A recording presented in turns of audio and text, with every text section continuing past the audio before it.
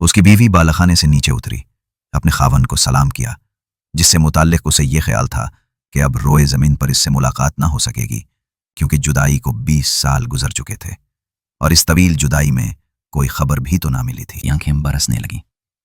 ملاقات کے لمحات تھے۔ فروخ بیوی کو اپنے گزرے دنوں کے بارے میں بتانے لگا، مگر بیوی کے دل میں خوشی کے ساتھ ساتھ ایک عجیب سی گھبراہٹ بھی تھی۔ اگر فروخ نے پوچھ لیا کہ جو مال وہ امانت رکھ کر گئے تھے وہ کہاں ہے، یہ سوچ اس کے دل کو بے چین کیے جا رہی تھی۔ دل میں وسوسے آنے لگے، کیا وہ میرے فیصلے کو قبول کریں گے؟ کیا وہ خفا ہوں گے؟ میں نے تو سارا مال بیٹے کی تعلیم و تربیت تو خرچ کر دیا، مگر کیا یہ کافی ہوگا؟ فروخ خوشی سے باتیں کر رہا تھا، بیوی اسے دیکھ رہی تھی، سن رہی تھی، مگر دل کہیں اور تھا۔ پھر فروخ نے کہا، دیکھو یہ رہے وہ دینار اور سونا جو میں تمہارے لیے لایا ہوں، یہ لو، یہ 4000 درہم اور باقی تحفے بھی۔ ان سب سے زمین خریدیں گے، باغ لگائیں گے تاکہ ہم آرام کی زندگی گزار سکیں۔ پھر اپنی بیوی سے دوبارہ کہا، وہ مال لائیے جو آپ کے پاس امانت کے طور پر موجود ہے، تاکہ یہ مال بھی میں اسی میں شامل کر لوں۔ تو بیوی نے کہا، میں نے اس مال کو وہاں رکھا ہے جہاں رکھنا مناسب تھا، چند دن میں آپ اس کے ثمرات دیکھ لیں گے۔ پھر فجر کی اذان نے ان کی گفتگو کا سلسلہ منقطع کر دیا۔ فروخ اٹھا اور مسجد جانے کی تیاری کرنے لگا۔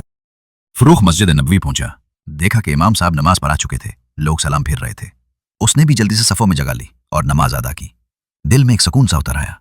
پھر وہ روضہ رسول کی طرف گیا، ادب و احترام سے سلام پیش کیا اور چند لمحے وہاں دل تھامے کھڑا رہا۔ نماز کے بعد جب وہ مسجد سے نکلنے لگا تو اس کی نظر ایک علمی محفل پر پڑی۔ بزرگ علماء بیٹھے تھے، نوجوان قلم اور کاپیاں سنبھالے ادب سے جھکے ہوئے تھے، اور ایک طرف ایک نورانی چہرہ مجلس کے شیخ گفتگو میں مصروف تھے۔ فروخ کی نظریں ٹھہر دیں۔ یہ کون سا منظر تھا؟ یہ محفل تو جنت کے کسی باغ جیسی معلوم ہو رہی تھی۔ ہر چہرے پر سکون، ہر آنکھ میں ادب، ایسا لگ رہا تھا کہ ہر لفظ دلوں میں تراش کر اتارا جا رہا ہے۔ فروخ نے قریب جانے کی کوشش کی، لیکن ہجوم اتنا تھا کہ کوئی جگہ نہ ملی۔ وہ ایک کونے میں کھڑا ہو کر خاموشی سے دیکھتا رہا۔ شیخ بات کر رہے تھے، لوگ نوٹس لے رہے تھے۔ فروخ کا دل اس شیخ کے دیدار کو تڑپنے لگا۔ سوچا، کاش ایک جھلک مل جائے۔